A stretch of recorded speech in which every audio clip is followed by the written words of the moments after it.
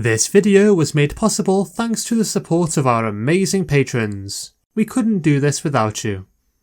Don't forget that you can support the channel for free and receive 10% off orders over $10 at Flipside Gaming by using the promo code Affinity at the checkout. Or if TCG Player or Magic Madhouse are more your thing, then be sure to place your order through our affiliate links in the description. Once again, at no extra cost to yourselves. Hello everyone and welcome back to Affinity for Commander. My name is Alex and today we're going to be looking at MTG's answer to the Hellraiser Xenobites, Nevinyrral. Nevinyrral is a legendary zombie wizard for 3 generic mana, 1 blue, 1 white and 1 black. He is a 3/6 with hexproof from artifacts, creatures and enchantments. He reads, when Nevinyrral Urborg Tyrant enters the battlefield, create a tapped 2/2 black zombie creature token for each creature that died this turn. And when Nevinyrral dies, you may pay 1 generic mana. When you do, destroy all artifacts, creatures, and enchantments. Now the reason I wanted to build this guy the second he was spoiled was because of how weird his design is. The fact that he has hexproof from pingers being turned into a tree and all manner of other things is just fantastic. And then the fact that he comes with his own disc and EDH staple strapped to him along with token generation, I just think he's great. So let's get on to how the deck is going to work. With our commander's ability leaning us towards board wipes and token generation, that's exactly what we're going to be doing.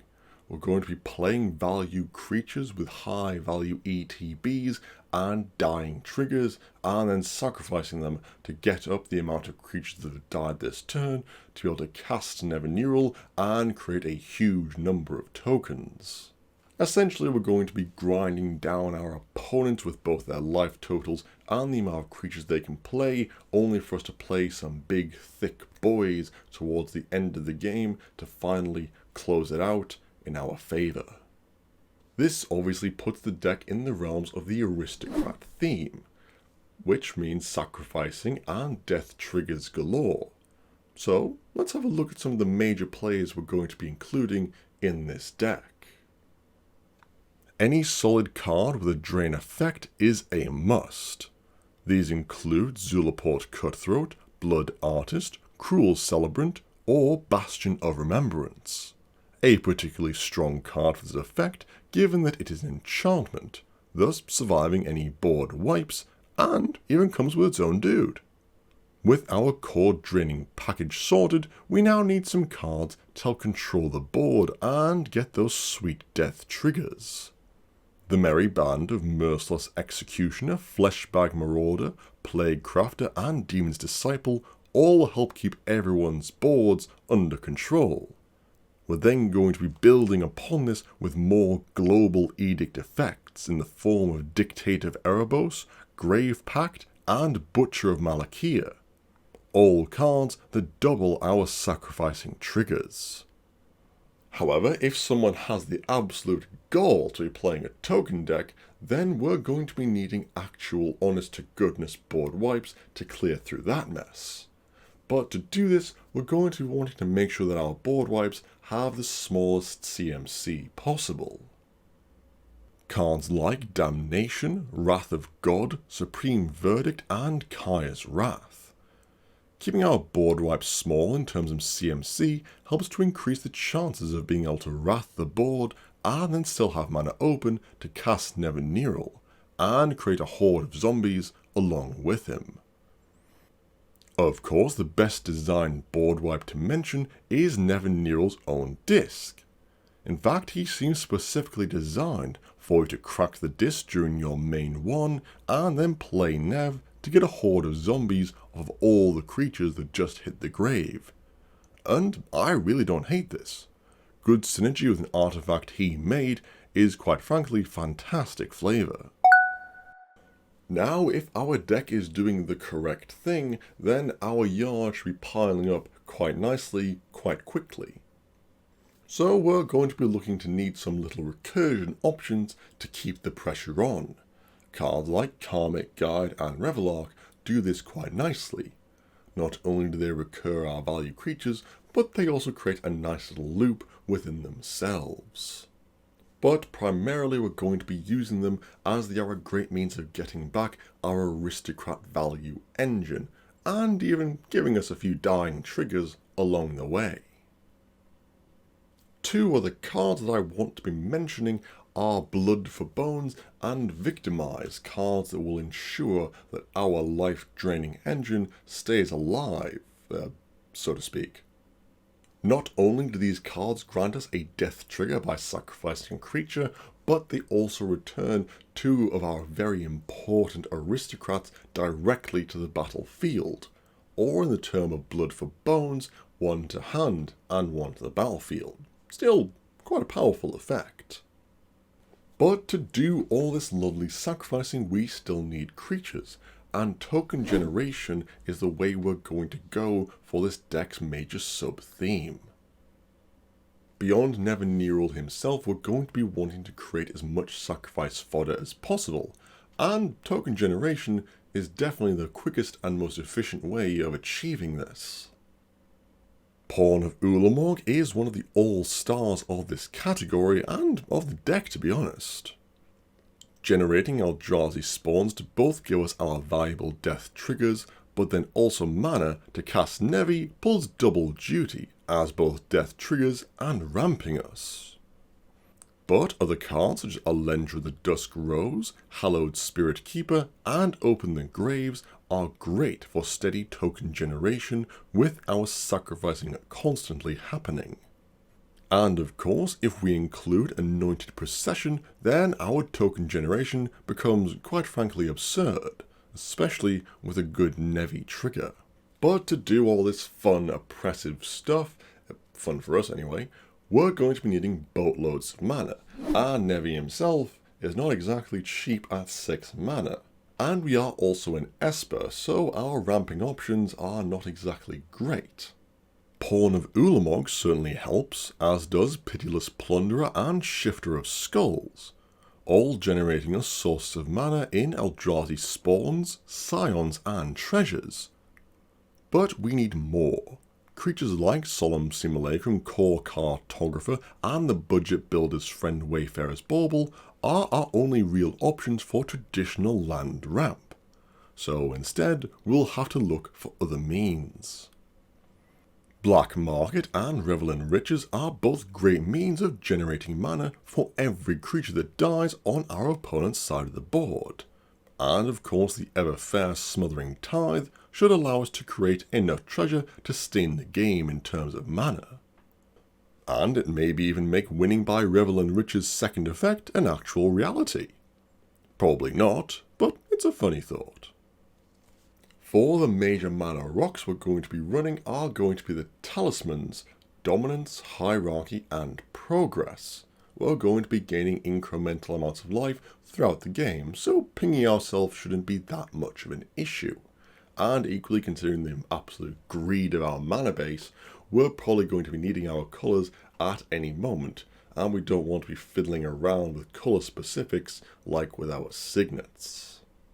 However, it was in testing this deck that we found the major concern was that it was very easy to ramp out, board wipe and play Nevi and do the things we're meant to be doing, but then realising that we don't have a lot else considering we've now emptied our hand.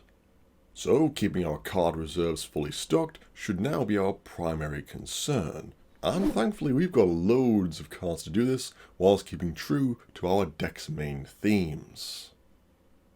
Mull Drifter for Divination that provides us with a dying trigger, both Midnight Reaper and Grim Harspect to give us a draw on each creature's death, and a card that is fast becoming one of my go-tos for graveyard and sacrificing themed decks is Priest of the Forgotten Gods. For 2 mana, this creature can ramp us, give an edict effect, shock our opponents, and then draw us a card. All for 2 mana. In the same vein as these cards, Liliana Dreadhorde General provides a powerful draw effect, token generation, a double edict effect, and quite frankly everything this card does is what our deck is longing to do. To help round out our draw package, we're going to be using cards of Village Rites and Altar's Reap to both provide us with a nice sacrificing outlet and a means of refilling our hand. These cards are also great for sacrificing our Solemn or even Nevi himself if anyone decides to look at our board funny, because, instants.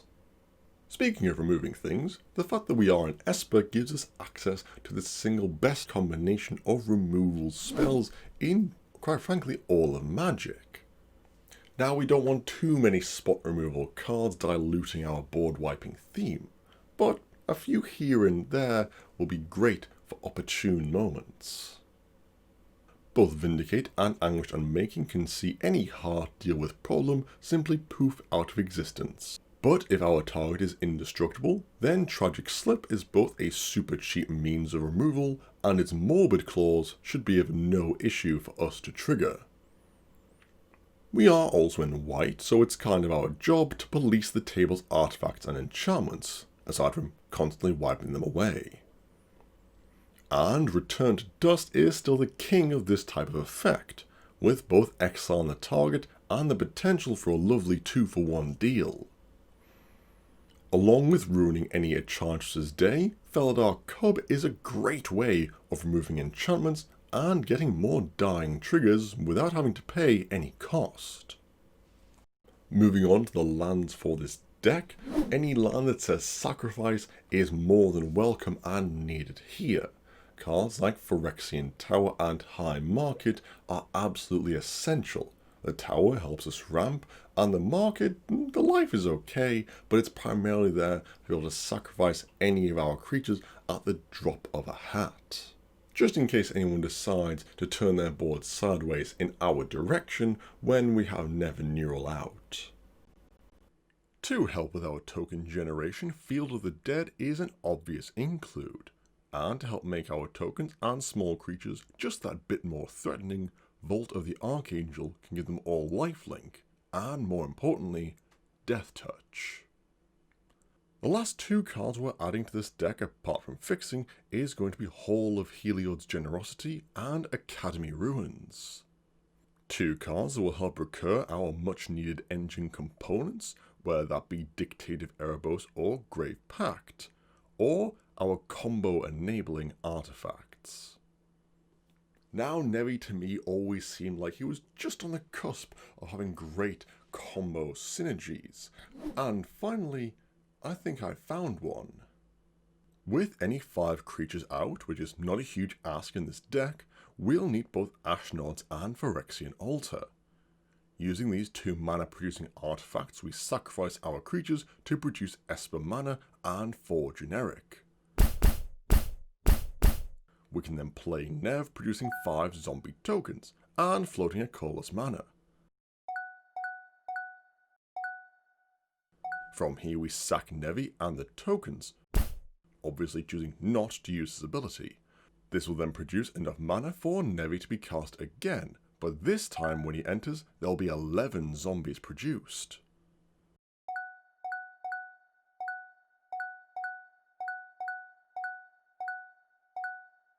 Repeating this loop will result in infinite tapped zombies and infinite coloured mana thanks to Phyrexian Altar. This is of course massively convoluted, but a fun cheeky little combo. However, if you're looking for a more expedient combo that still fits the theme of this deck, then Intruder Alarm paired with Steward of Solidarity is the way we'll be going. Producing tokens fits our theme perfectly, and the alarm allows Nevi zombies to come in untapped. But with the alarm out, whenever the steward exerts themselves to produce a token, they are also untapped, to repeat the process, creating infinite tokens. But if even that's not expedient enough for you, then we can simply turn to a staple of Zombie Tribal for our final means of closing out the game. Gravecrawler simply asks that you control another zombie to be cast from the grave. Once you do so, sacrificing this shambling skeleton to Phyrexian Altar, you will generate a black mana, and then use this mana to replay the crawler. This obviously doesn't net any mana, but does create infinite dying triggers. These can then be used and abused by Nevi to land in with infinite zombie tokens, or by any of our drainers to simply end the game right then and there, in a true aristocratic fashion. Overall, no, Nevinyrral is not the most powerful Esper commander, nor would I say he's even the most powerful aristocratic commander. However, given his fun, flavourful design, and the fact that he's got an EDH staple bolted onto him, I would definitely say he is a commander worth an in-depth look into.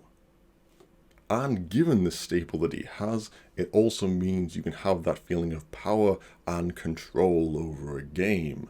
As if anyone turns and looks at you funny, you can simply sacrifice your commander to a high market or Viscera and watch all your opponent's best laid plans disappear into a puff of smoke, as you rebuild quicker and better than anyone else.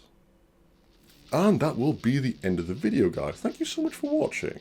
What are your favourite aristocratic synergies, or what cards would you personally put into Nevi to really show him off well? Whatever your thoughts, leave them in the comments below. We read every one. As always, you can make sure to like and subscribe to this channel for more videos just like this one.